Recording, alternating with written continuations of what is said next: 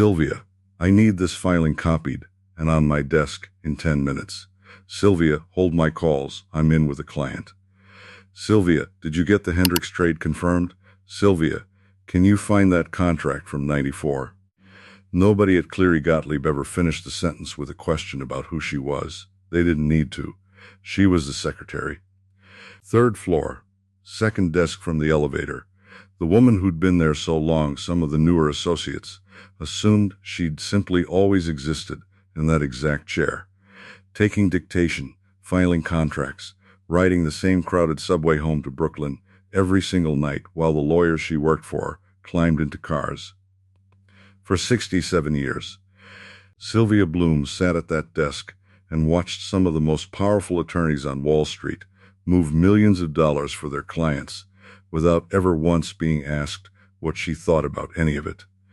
What none of those lawyers knew, what almost nobody in her life knew until the very end, was that Sylvia Bloom had been quietly building a fortune of her own the entire time, using the exact same information passing across her desk every single day, and by the time she died, she had more money than most of the partners who'd never bothered to learn her last name. If stories about the quietest person in the room turning out to be the strongest one get you, subscribe to Karma Lullabies and tell me in the comments where you're watching from. Jane Lockshin had been to her aunt's rent-controlled apartment in Brooklyn Heights more times than she could count. Sylvia had lived there for decades, a modest place with a view she loved of the promenade, furniture that hadn't changed much since the 70s, and the particular kind of tidiness that comes from a woman who never once in her life threw money at a problem she could solve with organization instead. Everything had a place.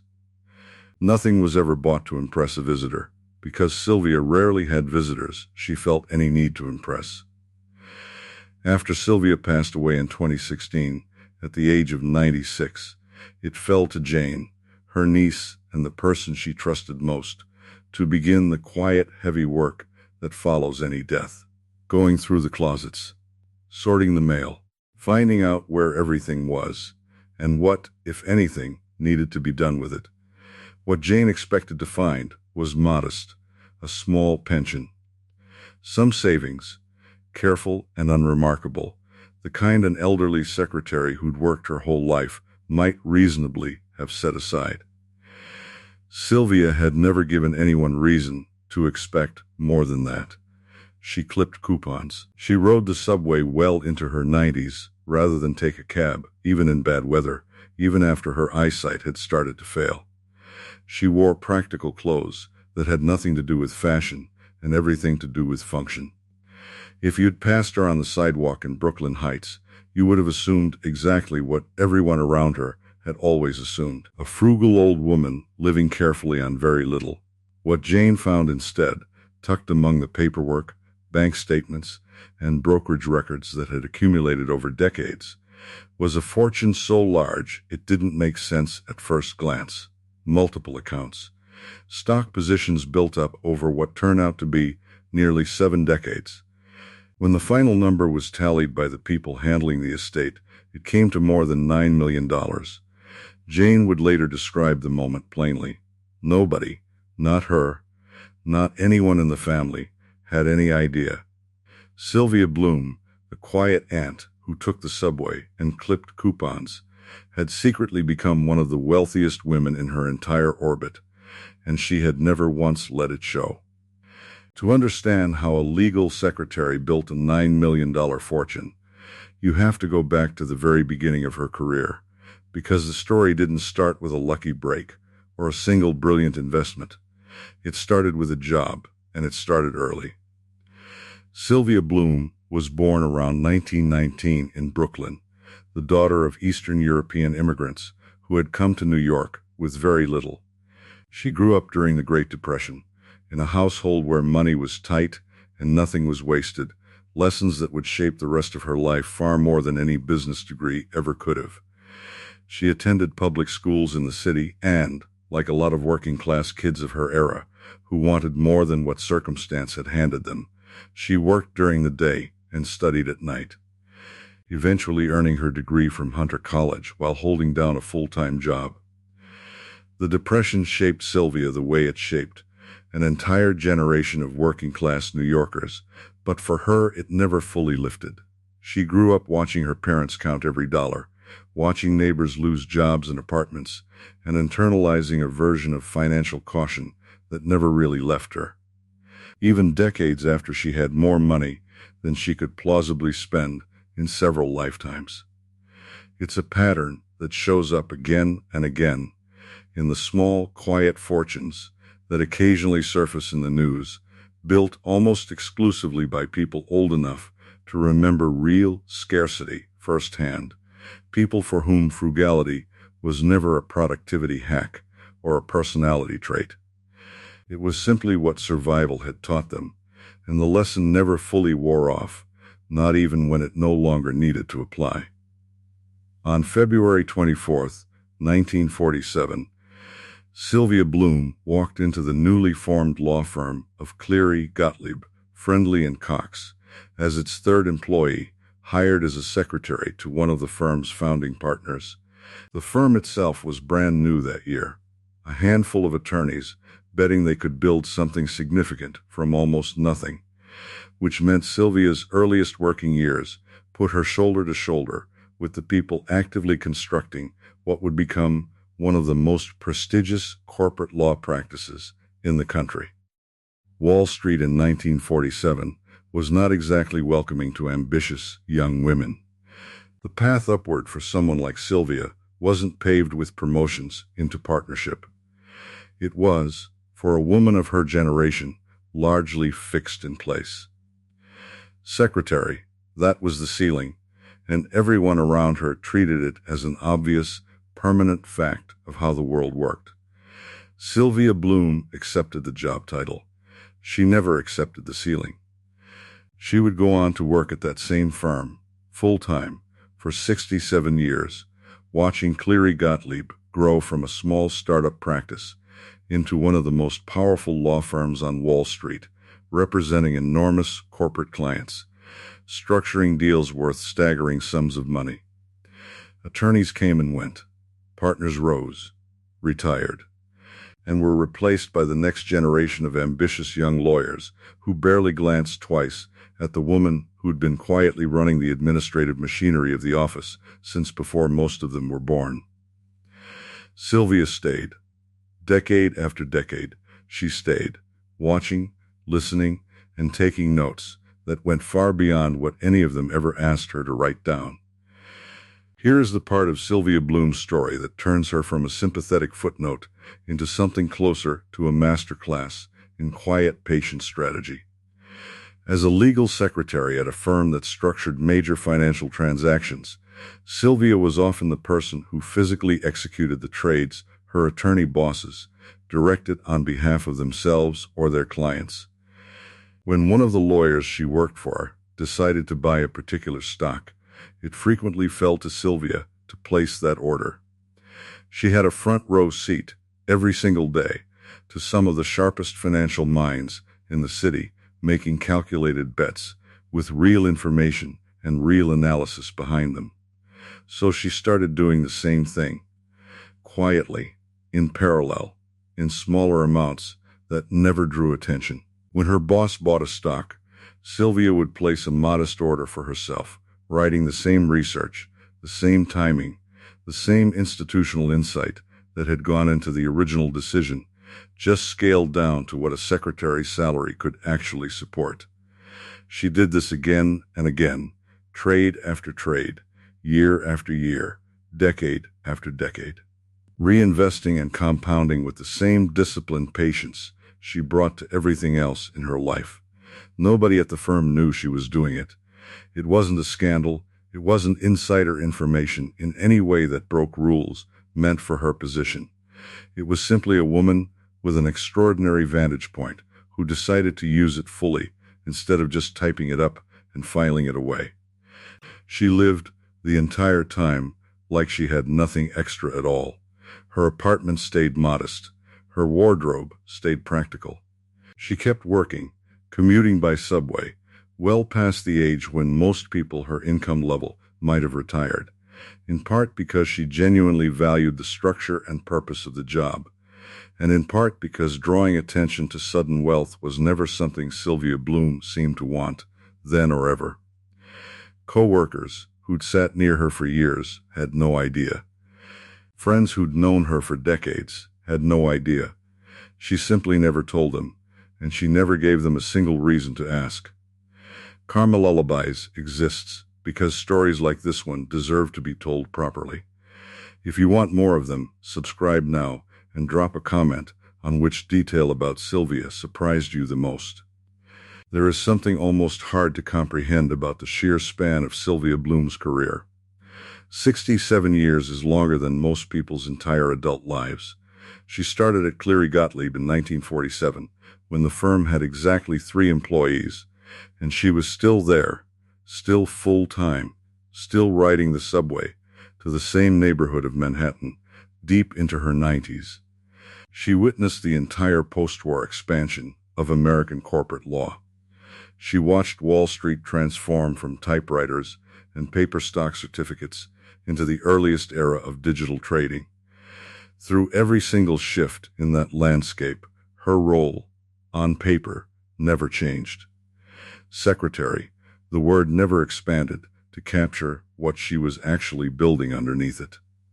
She finally retired in her mid-90s after her eyesight began to fail badly enough that commuting and working became genuinely difficult. By then, she had outlasted the careers of dozens of attorneys she'd worked under, watched countless younger lawyers arrive fresh out of law school, rise through the firm, and eventually retire themselves, all while she remained at her desk, steady, quiet, and completely unremarked upon by most of the people passing her chair every day. Close friends described her as warm, sharp-witted, and fiercely independent, a woman who genuinely loved her work and took real pride in doing it well, not a bitter or resentful figure secretly plotting behind a placid expression. She simply understood something that took most of the people around her decades longer to figure out, if they ever did at all. Being underestimated by people who never bother to look past your job title isn't necessarily a wound. Sometimes it's cover, and Sylvia Bloom used that cover for 67 consecutive years without a single leak. She never married and had no children of her own, and her niece Jane became, over the years, the closest thing she had to immediate family, someone she trusted with the small practical details of her life long before anyone understood how large those details actually were. Jane has described her aunt since as fiercely private, but not cold, a woman who asked real questions about your day and actually listened to the answers, who had strong opinions about how a filing should be formatted, and stronger ones about how a young person should be treated fairly at work. It was, by every account, an ordinary, affectionate family relationship, built across birthdays and holiday visits and phone calls, with absolutely no indication running underneath any of it that Sylvia was quietly sitting on a fortune large enough to eventually transform an entire nonprofit organization's ability to serve its community. That is, in some ways, the detail that makes her story land differently than a simple tale of hidden riches. This wasn't a woman living entirely alone, disconnected from everyone around her, guarding a secret, out of isolation. She had real relationships, real warmth, real people who loved her and were loved back. She simply never once let the money become part of how she showed up in any of those relationships, which meant $9 million sat quietly behind a completely normal, completely loving family life for decades, visible to absolutely no one until the very end. In her final years, after her eyesight and then her health began to decline, Sylvia moved into a nursing facility where her niece Jane and a small circle of close friends looked after her. Even then, even confined and increasingly frail, she never once volunteered the true scope of what she'd built. Jane, who by that point was helping manage her aunt's affairs, had begun to get glimpses of accounts and statements that didn't quite match the modest picture she'd always assumed, but the full shape of it, The complete architecture of 67 years of quiet parallel investing didn't reveal itself until after Sylvia's death in 2016, when the paperwork finally had to be gathered in full and accounted for. It's worth sitting with that for a second. A woman spent decades building a fortune large enough to change lives, and she carried the full knowledge of it essentially alone, disclosing it to almost no one, right up until the moment she could no longer manage her own affairs. That wasn't secrecy, born of distrust or fear. Everyone who knew her described a woman who trusted her niece completely and loved her family deeply. It was something closer to a personal code, an old-fashioned, depression-shaped conviction that what you have is nobody's business but your own, and that, quietly providing for the future, mattered infinitely more than being seen to provide for it. When Jane Lockshin finally sat down to make sense of her aunt's finances as executor of the estate, what she found wasn't one tidy account with a single, satisfying number attached. It was scattered across multiple brokerage relationships, built up in layers over nearly 7 decades, the accumulated residue of thousands of small, unremarkable trades that Sylvia had placed quietly alongside the far larger ones she'd been executing all day, every day, for the lawyers upstairs. Piecing it together took time, patience, and no small amount of disbelief. The final figure came to just over $9 million. For a woman who had spent her entire adult life as a legal secretary, riding the subway, wearing sensible shoes, and clipping coupons out of habit rather than necessity, it was a number that simply didn't compute against everything her family thought they knew. Statements from brokerages Jane had never even heard her aunt mention. Positions in stocks that traced back, once someone finally cross-referenced the dates, to trades made by attorneys at Cleary Gottlieb decades earlier, the same names, the same timing, purchased in Sylvia's own modest quantities, alongside the much larger institutional orders she'd been filing on their behalf all along. Jane has spoken publicly since about how completely blindsided she and the rest of the family were. There had been no hints dropped at holiday dinners, no offhand comments about the market, no safety deposit box location, whispered as a deathbed confession. Sylvia had built one of the most quietly impressive fortunes most people would ever encounter in their own family. And she had done it in near total silence, right up until the paperwork made silence impossible. The will itself, once fully reviewed, revealed the second half of the story, and it turned out Sylvia hadn't just been careful about building the money. She had been just as deliberate about where she wanted it to go. If a story like Sylvia's makes you want to look twice at the quiet people in your own life, that's the whole point. Subscribe to Karma Lullabies and tell me below who you thought of while watching this. Sylvia Bloom's will named Jane Lockshin as executor and left specific amounts to a handful of relatives and close friends, the people who had actually been present in her life. But the overwhelming majority of the fortune, the bulk of everything she had spent 67 years quietly compounding, was directed toward one purpose.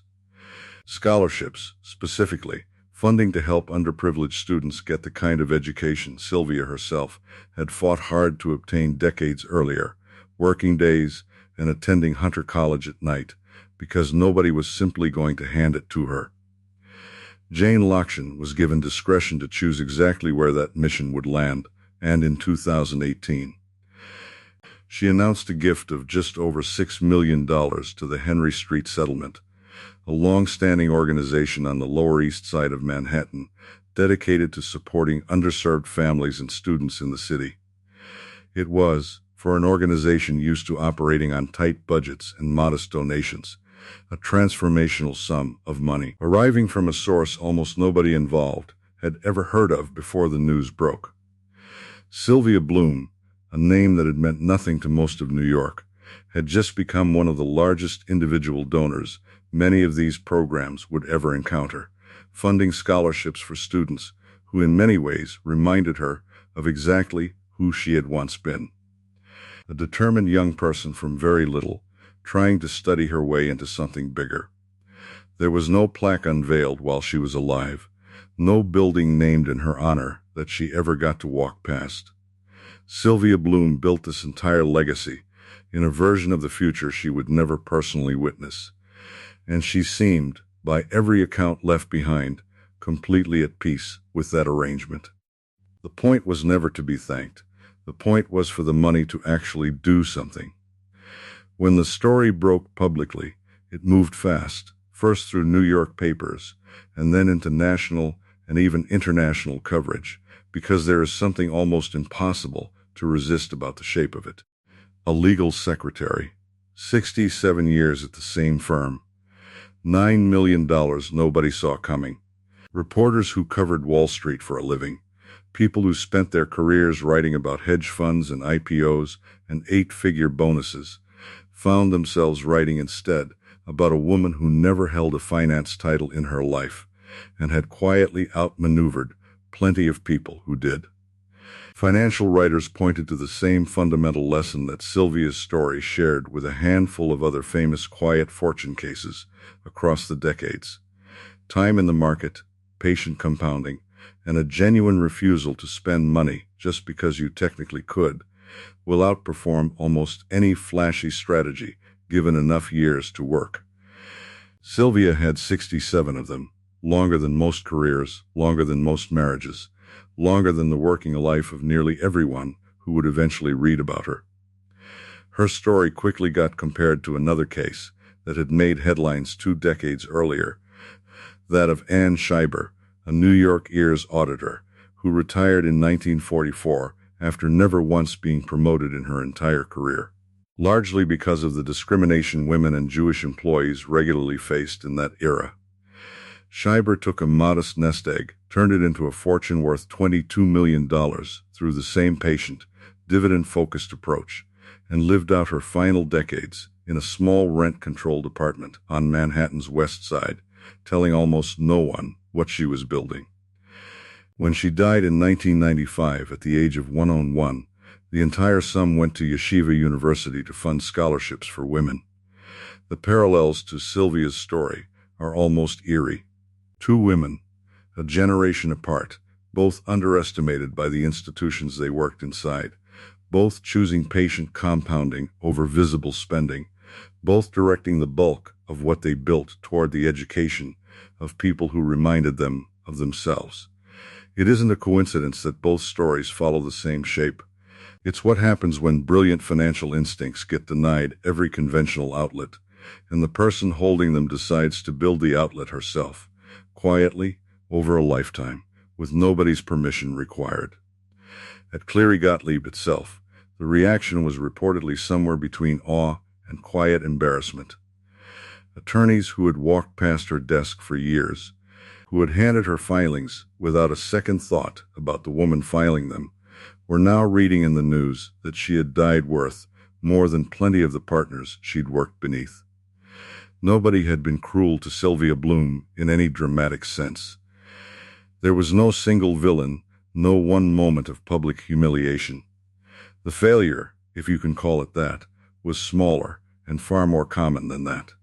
It was simply decades of very smart, very successful people never once thinking to ask the woman at the second desk from the elevator what she actually thought about anything, let alone what she might be building with it. There's a particular kind of dismissal that doesn't announce itself as cruelty, and Sylvia Bloom absorbed it for 67 years without ever once correcting the record. It's the dismissal built into a job title. Secretary, not partner. Not analyst. Not anyone whose financial opinion might be worth soliciting. It's the dismissal built into a subway commute in a city full of people who measure status by whether you still ride one.